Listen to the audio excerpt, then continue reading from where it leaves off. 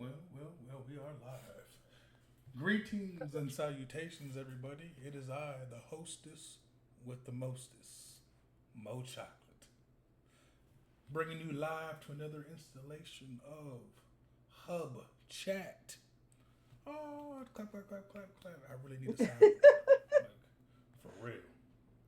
On today's lovely episode, we have the amazing, the wonderful, aka Tessera, aka Anna. How are you doing this evening? Hey, I'm doing all right. I'm glad to be here. That's amazing. That's wonderful. I know this is your first time on Hub Chat. It is. Well, that's wonderful. Well, actually, it's your second time, actually. Well, But technically, if technically, it, but unfortunately, so that was a sad panda day. But let's go ahead and do some, announcements before we get into the shindig.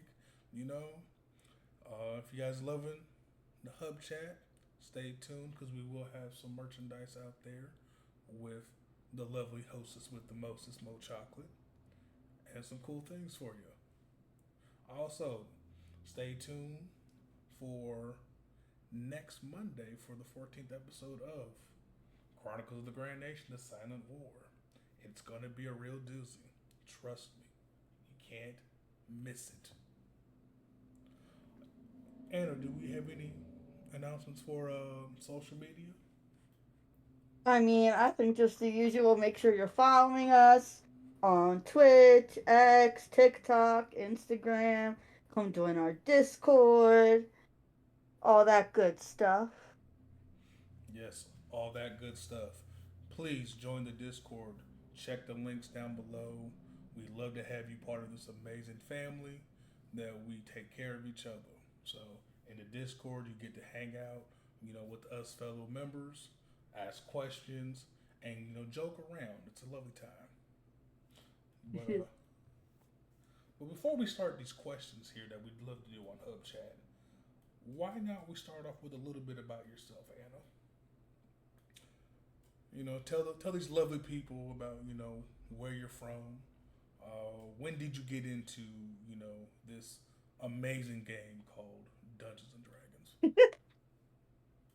Yeah, so I am from the Philly area. I was born in West Philly, actually. Um, I got into D&D during college, actually through our amazing DM for the hub, because she decided that she wanted to drag me into, this fun pastime. I got to admit, I gave her a bit of a hard time at first. I was a little bit hesitant, but it ended up being a fun experience. And, it did allow me to meet some great friends and things like that. So I'm glad that I did. Hey, that's wonderful. It's always great to meet friends in this lovely game because this really is a game to meet friends. Whether you play online like Roll 20 or Fantasy Ground, like you just get to connect with a whole bunch of people across the world. It's amazing.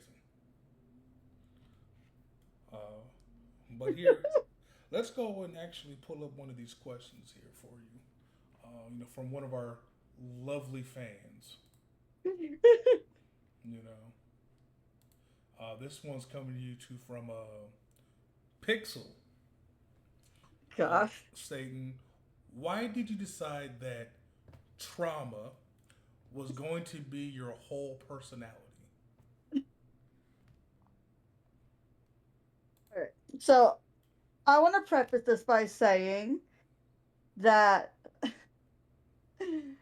Pixel, our lovely DM, and I have been friends since high school.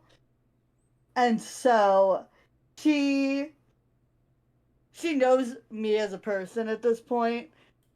And so she knows that what I kind of like to do with characters personally. And I know it's not just me. I know like a lot of people do similar things with giving their characters like, backstory things and motivations. Mm-hmm. Oh, I have to say, I'm also getting messages from another friend of mine, Alexa, right now, who's telling me to mention Tessa's daddy issues. So, Alexa, I did it. You're welcome. Shout out to Alexa, everybody. But, so like you can call it trauma, you could call it backstory, character motivation, whatever you want. But I just think it's something that I can enjoy playing with the character and kind of playing off of in game, I think. Mm-hmm.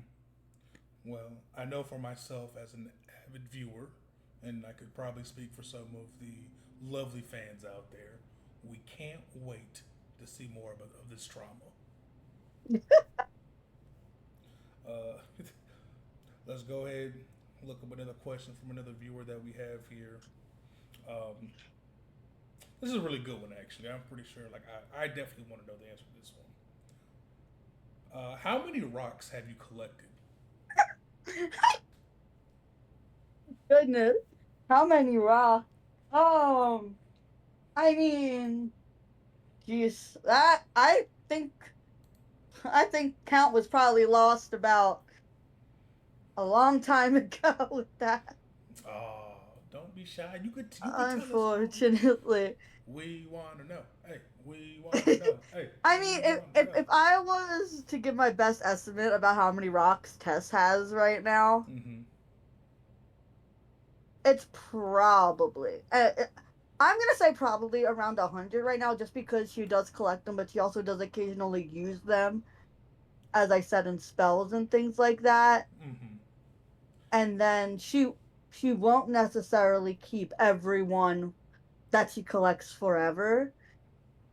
Yeah. Um, like it was kind of touched on in game that like she kind of does it as a way to stay kind of connected to just like the earth in general and like her mother to her. So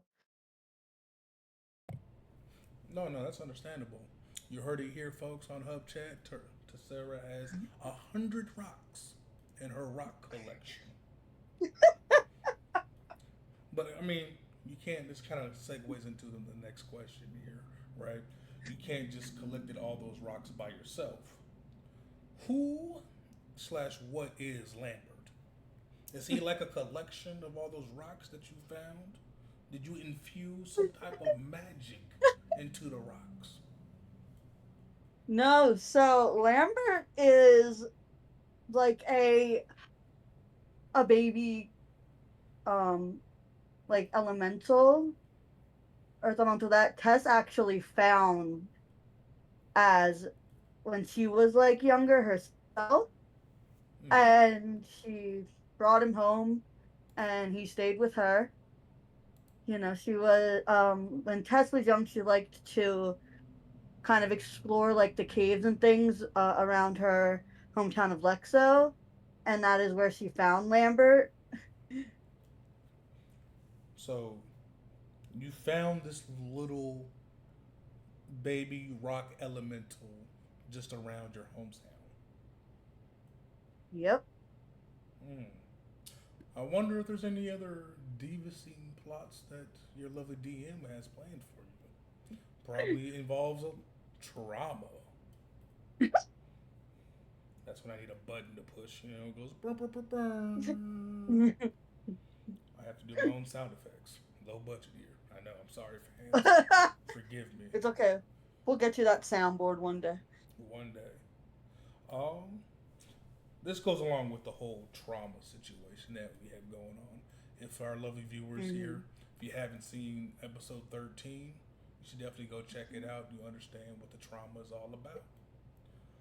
We have this thing. How is your relationship with your father, and also what does it mean to be called a sorcerer? Yes. So Tess is Tess is a warlock, but her father, her patron, has told her to kind of tell people that she is a sorcerer because he doesn't want people to know that she is his warlock, I guess. Mm. Um, so Tess, when well, her father actually came to her knowing that she wanted to find her mother and offered to help her in exchange for, Tess doing some things for him. And that's kind of how they made their pact. And that's kind of their deal is he helps her, get her mother. He helps her get her mother. She helps him with things that he asks. And I do think that they kind of have this kind of contention where they're both very stubborn and very much want what they want and want that to be the priority. And I think that like we kind of see that in their interactions. Yeah. Oh, 100%. Definitely. You could see it in their interactions. It's wonderful, kind of noting that you know you made a deal with your father to help out with your mother, and it's just one of those just in family struggle, you know, trauma that can bring out either something positive or potentially something negative, right? Yeah, for sure. Especially because like right now, I don't think Tess is right now not very happy that certain things are being kept from her. Mm-hmm.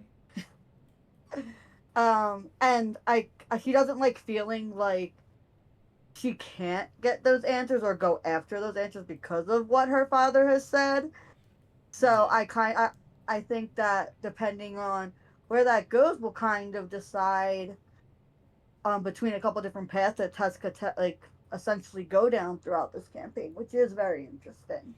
Mm-hmm. I mean, it's like that old, problem right there.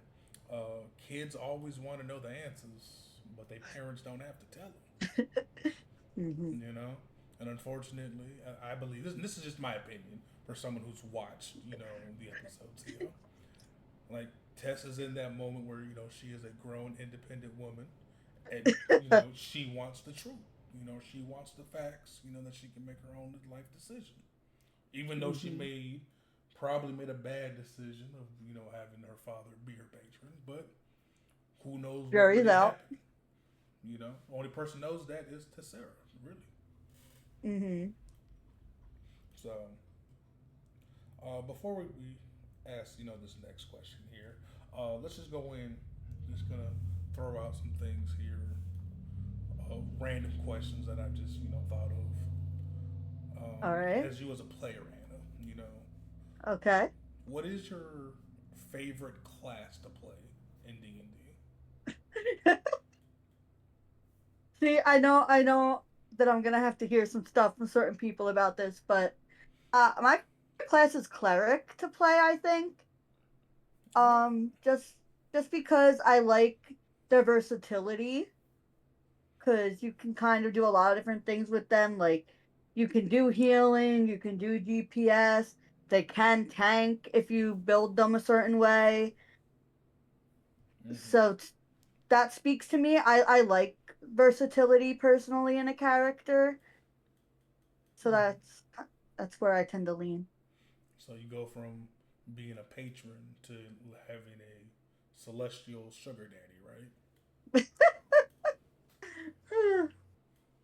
I I mean, mean, uh, I mean, it is kind of two sides of the same coin. oh, of course it is. Warlock, cleric, but it's all good though. It's what you prefer. It's what you love. You know, and that's the whole thing about D&D is you can take a class and build it a certain way.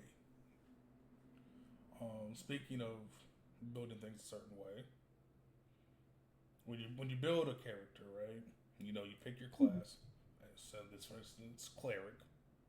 And then you Mm-hmm. go into the lineages or races. Like, Mm-hmm. do you have a favorite race to play as?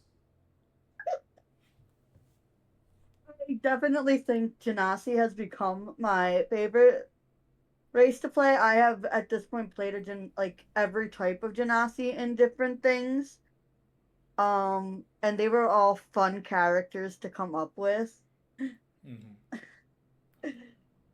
Well, and nothing like playing, an elemental based character, because depending on the campaign, they can be really useful. For sure. Well, that's good. Uh, I have another question here sent in to me here. Um, so we know that one episode, I believe it was episode 12, I think it was, when you went into your vessel, right? Yeah. And you had to talk with your father. What was it like when you went to the end, the edge, and you saw the craziness that was happening with Zelina? I mean, kind of basically like Tess said to Zelina, like, Tess doesn't really have a lot of room to judge the deals that other people might make and the motivations they might have for doing so. Mm-hmm. So, like, while Zelina's reasons may not have been reasons that she would do the same, like, she understands that, like, that's was kind of a thing important to her and something that she had to figure out. Mm-hmm. I mean, like, Like, and can you imagine, right? Like, because like I'm seeing this, like as I'm watching you guys, do this story and everything. Like I'm trying to vision like watching a TV screen, right, of this yeah, of like Tess looking out the ring, and just seeing these two identities, because I don't want to spoil nothing for people, right, like fight like playing tug of war, with Zelina in the ring. yeah, Like and it intrigues me a lot. no, and I think like the first thing Tess saw too was I believe somebody being thrown against a wall. Yeah, yes, that did happen.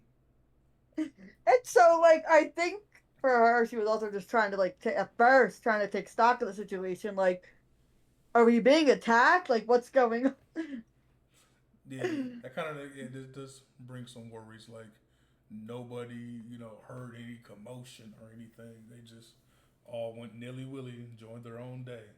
But there's good old Tessera, front row seats, to the epic showdown of what happened.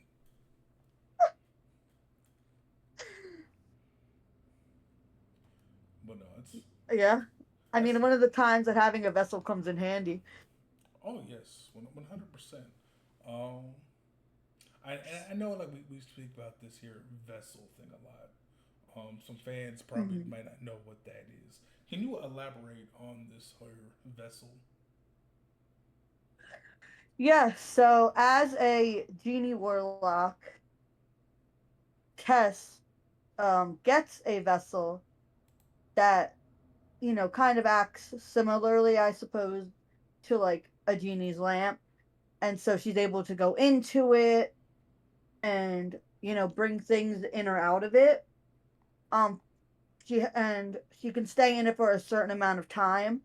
And eventually she'll be able to bring others into the vessel, which I think will be fun. Oh, that will 100% be fun. You just have to watch out for Zelina because she might try to take something. Who knows? But yeah, I mean, we won't have to rough it as much anymore once that happens. Yeah, no, that is true. Uh, here's a question so far because a lot of people in D&D, when they play characters, um, some, and I have to say some because not all people do this, but they tend to start, you know, finding a certain, player character or NPC, that they kind of like. Has there been, any NPCs or a player character that Tessera, kind of may have fallen, head over heels for? And if it's a I PC, you mean, don't have to say anything, you know. But the people want to know. the people want to know. I Hmm. mean, for Tess, I don't know that that's happened quite yet for Tess. I think that with Tess, while she is someone who is definitely like open to romantic things like that, she also is very much focused on her own goal of finding her mother and things like that. So like should the opportunity arise and all of that, yes, it's going to be fun to play with and I think it'll be great, but I think right now Tess is just kind of vibing. Well, that's good. It's always good to vibe.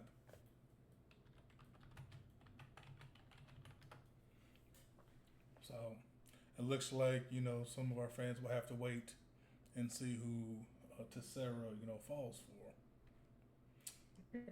I think it will probably be, and this is just my opinion, because when our certain guests come on, I like to ask these questions here. I'm thinking it's gonna happen in the Capitol. Yep. And once You they do. make it to the capital city, yep, I'm calling it now. You heard it live or on recording when you watch this Hub Chat episode 3. Tessera's gonna fall in love with someone at the capital city. I mean, I guess we'll see. A lot's already about to happen in the capital, so Exactly. That is why it's gonna happen. I don't know how. I just seen it, in a vision. Because I am the hostess with the mostest. I got these things. Uh, but yeah, that's wonderful. Um, I would like to say thank you, Anna, for letting us dive a little deep into Tessera and how she's feeling about these certain things here with these lovely group called La Familia. yeah. With these kind of closing moments we have here, is there anything else, Anna, you want to kind of divulge about Tessera? Is there any like things she might be planning to do in these next couple of episodes? Because you guys are traveling, doing a lot of traveling. So, Yeah, I mean, I know that she's gonna have an upcoming thing she's gonna have to do for her father, which will be interesting when it's kind of, decided what that is.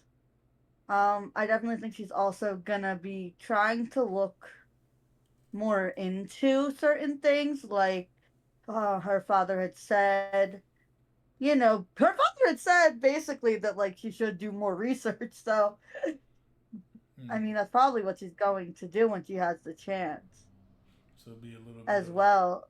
inquisitor. It seems like.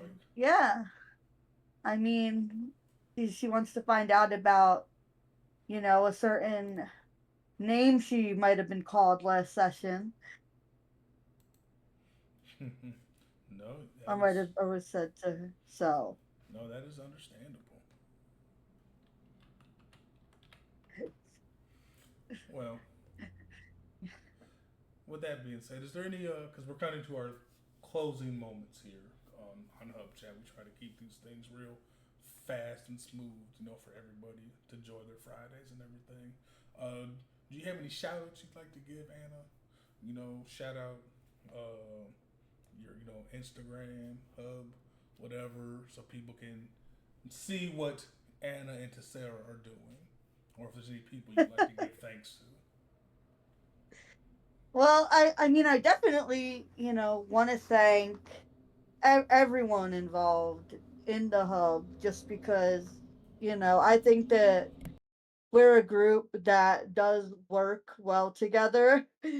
And I think that, we've had a lot of fun kind of doing everything involved with this campaign and everything surrounding it.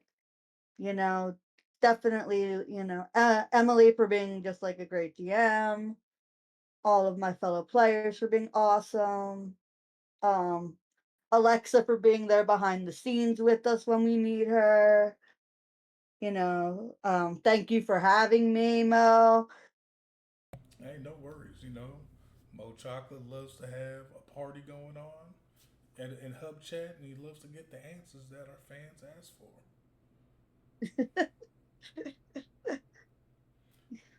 But yeah, we should definitely give another a thank you, to Miss Pixel Cheeks, our lovely DM, who has written an amazing story. You know, I can see it in the players, like when they're playing and I'm watching, they're having a real good time. Also, another shout out to Alexa, as been said before, doing stuff behind the scenes. A lot of stage hands, never get the credit for the things they do.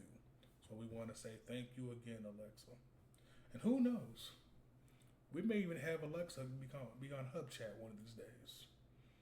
See what it's like, to be behind the scenes.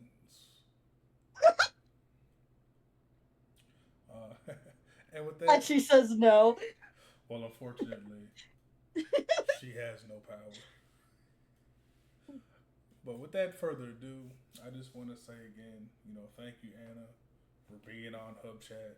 Thank you again for letting us take a peek inside to Sarah's head. We look forward to more of Rock Queen, the Mighty Sorcerer. Uh, and want to say thank you for everyone who's been watching, listening. Don't forget, to take care of yourselves. Drink water. Say hello. Don't be afraid to reach out, to others because your life does matter. You can always check in with one of us. We are here.